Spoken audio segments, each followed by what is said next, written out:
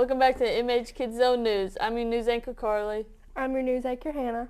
And today's story is about how God provided the Israelites with manna. I'm so hungry. I did not eat breakfast this morning. God, can you please give me breakfast? I'm so starved. Thanks, God.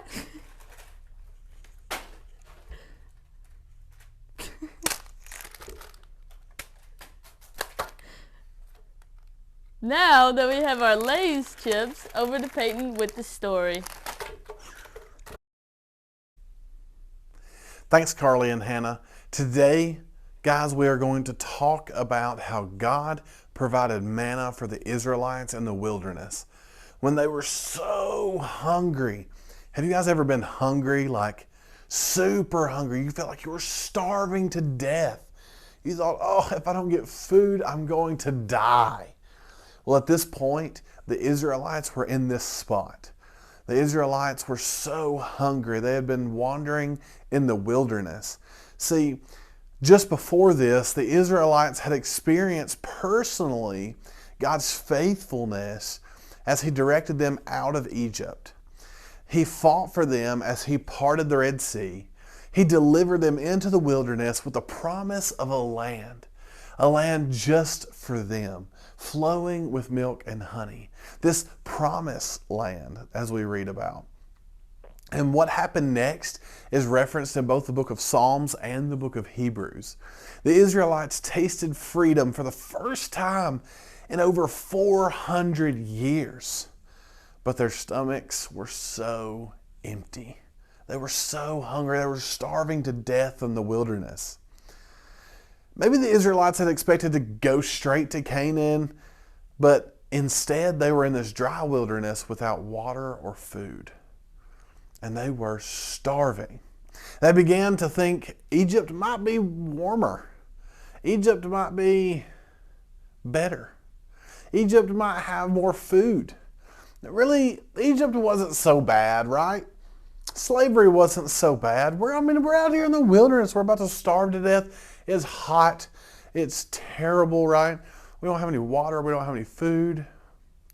They started to think maybe Egypt was better. Maybe slavery was better. Maybe it wasn't that bad, right? Isn't that the lie, though, that we get fed a lot of times, of this doubt of God's goodness? God saves us from the slavery in sin, right?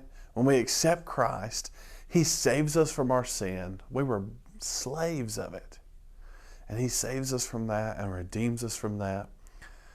And isn't following Jesus worth it?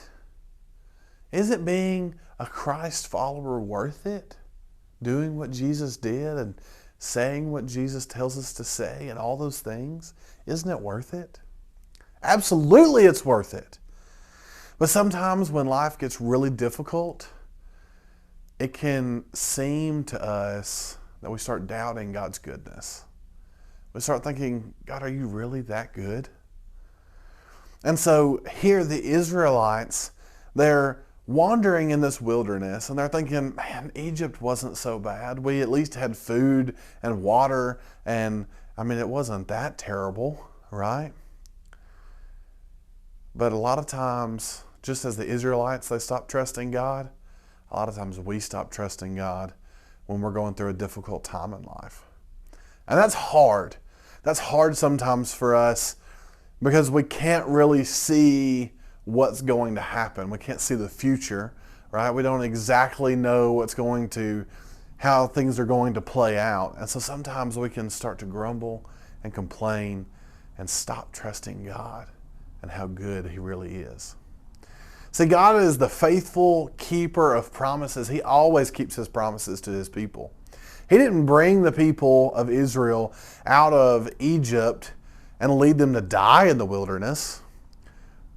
And He also doesn't abandon His children today whenever they accept Him, whenever they say, Jesus, I want to follow You. I want You to come into my heart. I want to follow You the rest of my days. He doesn't just abandon them. He doesn't abandon you. God sent His own Son who gave up His life free to free us from sin.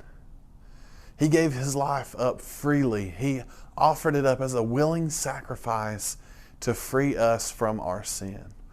His promises bring us home.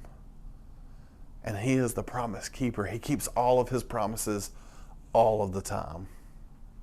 He is the faithful keeper of promises. If you had been among the Israelites whenever they were going through the wilderness, how do you think you would have responded? Can you think of a time in your own life whenever you were going through something difficult? Maybe you were going through the loss of a loved one. Maybe you were going through making some bad grades at school, or getting in trouble with a teacher or a principal, or getting in trouble with your parents, or whatever the case may be, right? You're getting bullied at school. Whatever it is, can you think of a time when you've gone through something really, really difficult and you started to kind of question God's goodness? You see, Psalm 95 verse 7 says that, "For he is our God, and we are his people, the sheep under his care." God promises us these things, that he's going to lead and guide us. He's going to be there for us no matter what. He will never leave us nor forsake us. He will never go away from us. He is our God, and we are his people. See, Israel's history is given to us in the Bible, and it reflects our experience as Christ followers. We're to learn from it. 1 Corinthians chapter 10, verses 1 through 11 tells us that we should learn from these experiences. God cares for his people. He is faithful, and he keeps all of his promises. Our journey towards our home in heaven, right, with eternity, with Jesus, it's going to be challenging. You're going to go through hard times in this life. Jesus even tells us when he was on this earth and he was teaching his disciples, he tells us, you will have trouble. You're going to have hard times, but it's okay. I've overcome the world. I have overcome death. I have overcome all of these afflictions, all of these hard times. And so now we're able to go to Jesus. We're able to go to him because he understands what we're going through. We're able to tell him about what we're going through, and he is there to sympathize with us and to comfort us, to give us peace and hope and love. Because he knows exactly what we're going through, exactly when we're going through it, and he wants to help us through those times. The Lord is worthy of our trust and our worship. We should worship him with everything that we have.